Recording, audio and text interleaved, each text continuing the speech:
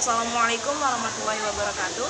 Nama saya Neva Valerina dari kelas 10 KL 2. Dari absen 26, di sini saya akan menceritakan teks hikayat dengan judul Hang Tuah. Pada suatu ketika, ada seorang pemuda yang bernama Hang Tuah, anak Hang Mahmud. Mereka berempat tinggal di Sungai Duyung. Pada saat itu, semua orang di Sungai Duyung mendengar kabar tentang Raja Bintan yang baik dan sopan kepada semua rakyatnya.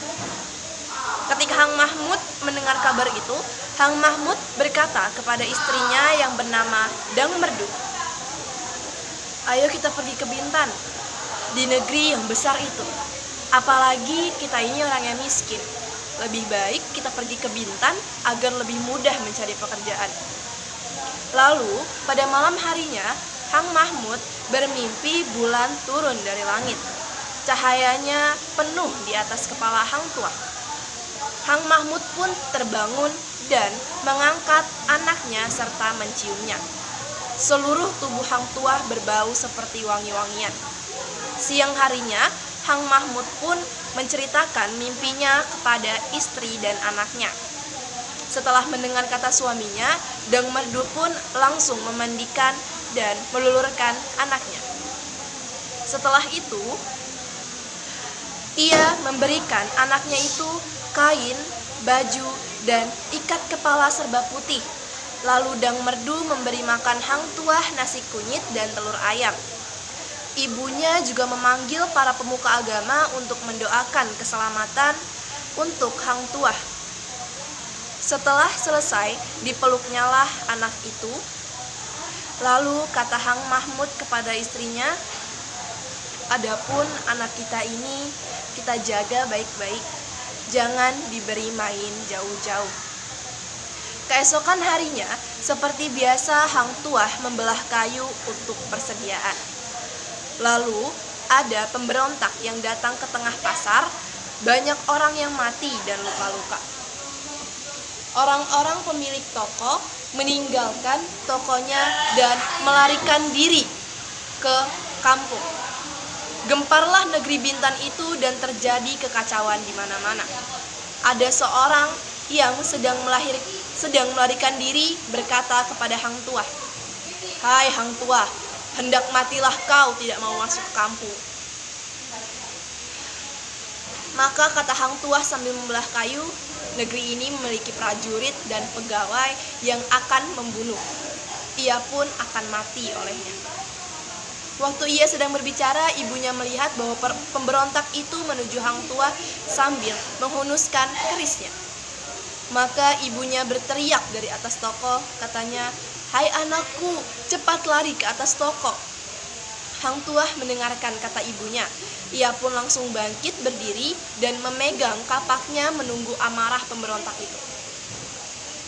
Pemberontak itu datang ke hadapan Hang Tuah lalu menikamnya bertubi-tubi. Maka Hang Tuah pun melompat dan mengelak dari tikaman orang itu. Hang Tuah lalu mengayunkan kapaknya ke kepala orang itu, lalu terbelahlah kepala orang itu dan mati.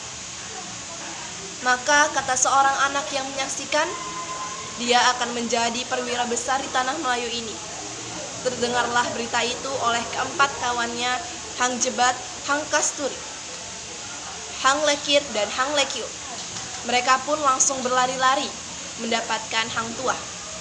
Hang Jebat dan Hang Kasturi bertanya kepadanya, "Apakah benar engkau membunuh pemberontak dengan kapak?"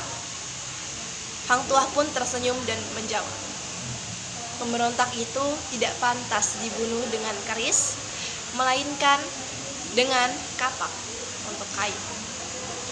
Kemudian kejadian itu, Baginda Raja sangat mensyukuri adanya sang Hang Tuah. Jika ia tidak datang ke istana, pasti ia akan dipanggil oleh sang raja. Maka Tumenggung pun berdiskusi dan pegawai-pegawai lain yang iri hati kepada Hang Tuah. Setelah diskusi itu, datanglah mereka ke hadapan sang raja. Maka saat sang Baginda sedang duduk di tahtanya bersama para bawahannya, Tumenggung dan segala pegawai-pegawainya datang berlutut, lalu menyembah sang raja. Hormat tuanku, saya mohon ampun dan berkat, ada banyak berita tentang pengkhianatan yang sampai kepada saya. Berita-berita itu sudah lama saya dengar dari para pegawai-pegawai saya. Setelah sang baginda mendengar hal itu, maka raja pun terkejut lalu bertanya, "Hai kalian semua, apa saja yang telah kalian ketahui?" Maka seluruh menteri-menteri itu menjawab, "Hormat tuanku, pegawai saya yang hina tidak berani datang, tetapi dia yang berkuasa itulah yang melakukan hal ini." Maka baginda bertitah, "Hai Tumenggung, katakan saja, kita akan membalasnya." Maka Tumenggung menjawab, "Hormat tuanku, saya mohon ampun dan berkat, untuk datang saja hamba takut, karena yang melakukan hal itu Tuan sangat menyukainya."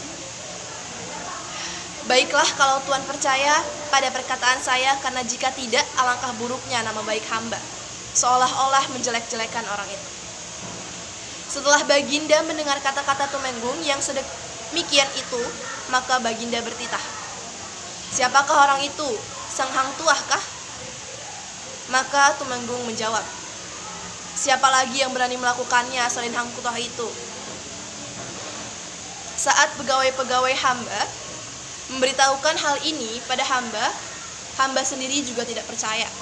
Lalu hamba melihat Hang Tuah sedang berbicara dengan seorang perempuan di istana tuan ini. Perempuan tersebut bernama Dang Setia. Hamba takut ia melakukan sesuatu pada perempuan itu, maka hamba dengan dikawal datang untuk mengawasi mereka. Setelah baginda mendengar hal itu, murkalah ia sampai mukanya berwarna merah padam, lalu ia bertitah kepada para pegawai yang berhati jahat itu, "Pergilah, singkirkanlah si durhaka itu." Maka Hang Tuah pun tidak pernah terdengar lagi di dalam negeri itu, tetapi si Tuah tidak mati karena si Tuah itu perwira besar. Apalagi dia menjadi wali Allah. Kabarnya sekarang ini Hang Tuah berada di puncak dulu Sungai Perak. Di sana ia duduk menjadi raja segala Batak dan orang hutan. Sekarang pun raja ingin bertemu dengan seseorang, lalu ditanyainya orang itu dan ia berkata, "Tidakkah Tuan ingin mempunyai istri?" Lalu jawabnya, "Saya tidak ingin mempunyai istri lagi." Sekian dari saya. Wassalamualaikum warahmatullahi wabarakatuh.